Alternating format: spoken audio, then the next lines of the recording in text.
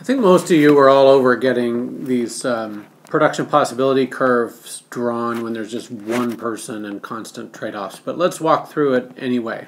So we've got Evelyn, and she works 8 hours a day, 5 days a week, so 40 hours a week. And she makes 6 placemats per hour, and she makes 10 bracelets per hour. So I've gone ahead and drawn the axes, really, just because I didn't want to take up your time watching me draw the axes. But this is the key to this problem, is scaling your axes. Figure out how much you can make total in the week, and then scale your axes accordingly. Notice it doesn't matter whether you have placemats on the vertical axis or placemats on the horizontal. Pick it either way, it doesn't matter. Anyway, but I picked it this way, so here we go. If Evelyn put all her time into placemats, she could make 6 times 40. She works 40 hours a week, 6 per hour. She could make 240.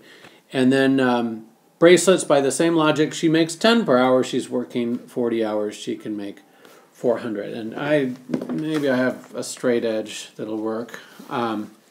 If you use graph paper and a straight edge, you can do it by eye, as we talked about in class. I'm not so good at that. Well, that worked out okay. Probably ripped my stylus head, but I'll pay the price later. Then the next part of the problem asked, it was a little more challenging. You were asked to label points attainable, unattainable, efficient, inefficient, etc. So let's just start with this one: 100 bracelets and 180. Just by my crude drawing, it looks like it's attainable and efficient. But let's think that through. If she makes 100 bracelets, that means she's got 10 hours in on bracelets. She's got 30 more hours to put into placemats. And then our question is, okay, she makes 6 an hour, so 30 times 6, is that just equal to 180? Is it just equal to 180? Is it greater than 180, in which case it's unobtainable, or is it less than, in which case it's efficient?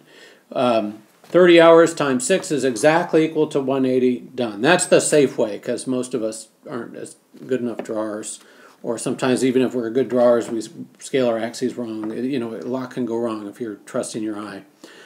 200, let's do that one. If she makes 200 bracelets, what would 100 placemats look like? Well, you know, again, I've drawn it to scale. It looks pretty inefficient, right?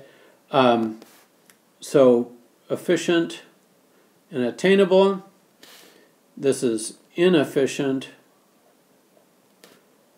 and but also attainable, of course. And we could do it by the same logic. She'd have 20 hours left to take over into placemat making, and 20 times 6 would be 120. Well, 100 is less than 120, so she's inside her curve, her production possibility curve. Let's label that PPC. Now, 150 and 200. I'm backing up a little bit. 150, 200, 150. So she's got 15 hours in bracelets. She's got 25 in placemats. That would bring her to 25 times 6, 150. But we're being asked about, 200 bracelets. So that's unobtainable. And as one of you bright young minds pointed out, that's really, we're just going to say not available on efficiency. It's hard to call something that's impossible inefficient, because it's just not relevant. So good eye. I can picture you, but I can't pull your name out. I'll get much better at that, I expect, as the term goes on. Good job. Made with Doodlecast Pro.